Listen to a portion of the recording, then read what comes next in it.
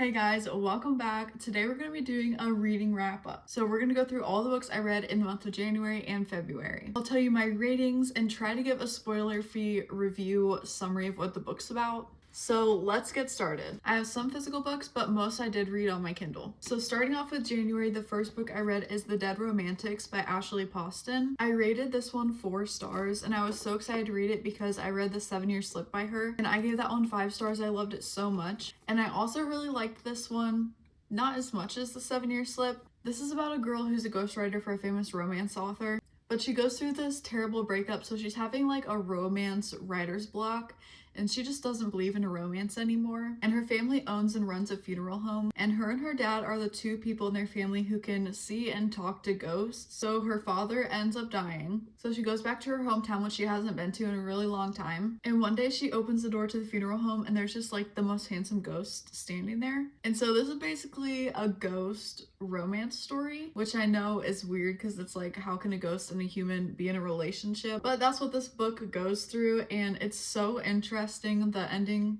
I was not expecting at all, but I definitely recommend this book. Next, I did my rereads for Fourth Wing and Iron Flame by Rebecca Yarros, because Onyx Storm is coming out, and I have a whole reading vlog rereading these and Onyx Storm. So Fourth Wing is one of the first fantasy books I ever read as an adult, and I would definitely give it 6 stars. Like, it's amazing. I know it is really hyped all over social media, but it's definitely worth the hype. This is about a girl named Violet, and her mother is the general of this war college called Basgiath, and there are different things you can be. You can be a scribe, you can be a healer, a dragon rider. And so her dad was a scribe, her mom was a writer, and so she grew up her whole life training to be a scribe, but then her mom forced her to join the writer's quadrant. So this book is basically like the first year of her going to this war college to learn how to be with her dragon and learn how to fight for war. But it is a romantasy book, enemies to lovers, and the dialogue between all of the characters, especially the dragons and the characters, is so funny. And I feel like not a page was wasted. Then we have Iron Flame. This was definitely a lot easier to understand the second time reading it. I gave it 4 stars the first time, and I would probably give it 4 stars this time. The only thing I didn't like about this book is I feel like it was kind of slow, a little bit boring, just because there's so much war talk that I didn't really understand. And there's just so many characters, so it is a little bit confusing. And the dragons weren't in this book as much, I feel like, but it was still really good.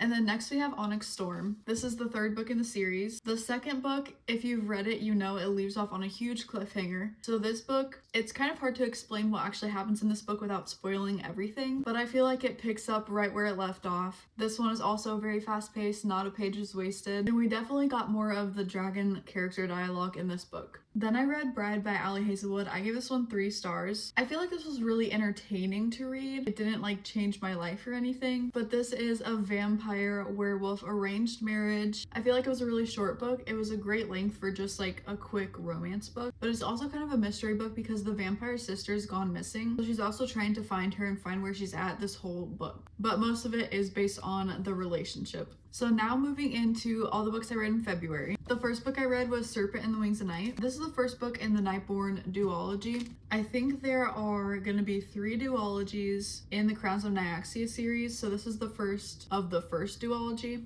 This is also very popular on social media, and I understand why. It was such a good book. I gave it 4 stars, and I would describe it as vampire Hunger Games, but the main female character is a human. It's also enemies to lovers. This was such a quick, fast-paced book, I couldn't put it down. But this human girl, when she's a kid, she's captured by the vampire king. So she's raised by him and trained to be able to fight in these games called the Kajari that happen every 200 years, I think. So she's been training for these her whole life, even though she's human.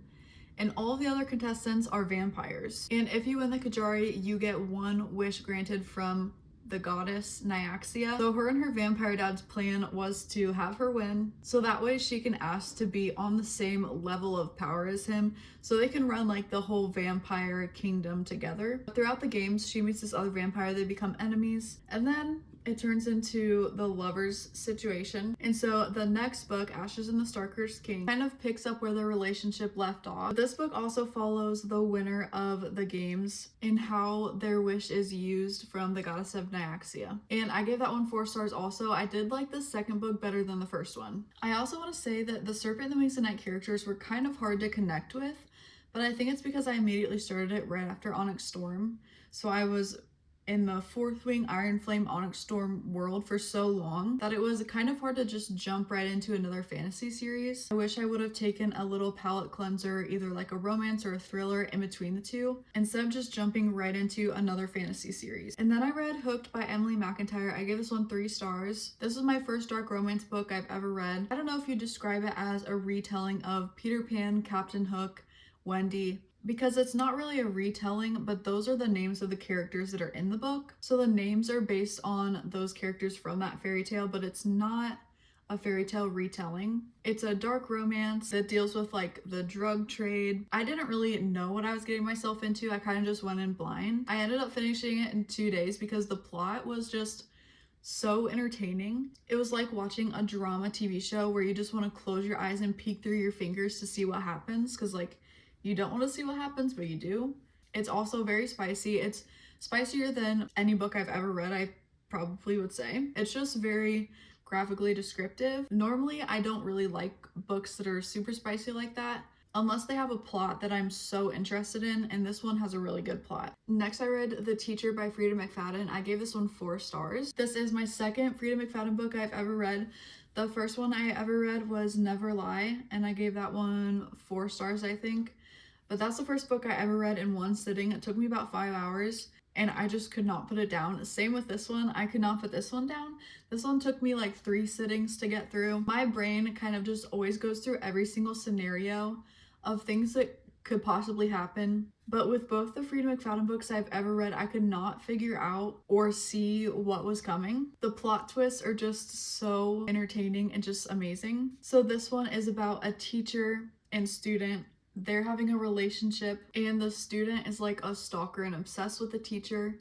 And obviously the teacher's weird because he's trying to have a relationship with the student. But this is a thriller murder mystery book. That's all I can say really without spoiling it, but I liked it a lot. Next, I started the Plated Prisoner series. This is the first book called Gild. This book is about King Midas, and everything he touches he can turn into gold.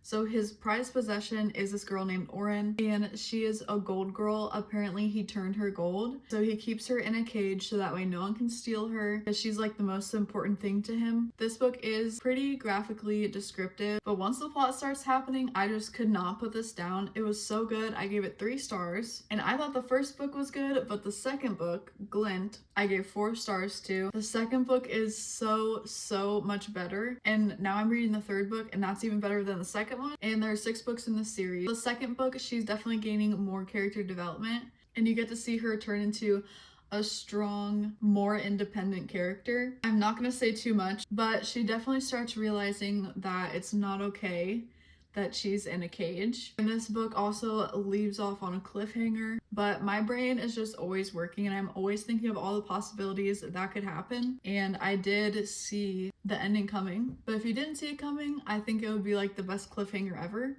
But so far, I'm really liking this series. I'm liking it as much, if not better, as the Fourth Wing series. So if that says anything. So if you like romantasy, I definitely think that you should read that series. Those are all the books that I read in January and February. Let me know if you've read any of these, if you liked them, what your thoughts were.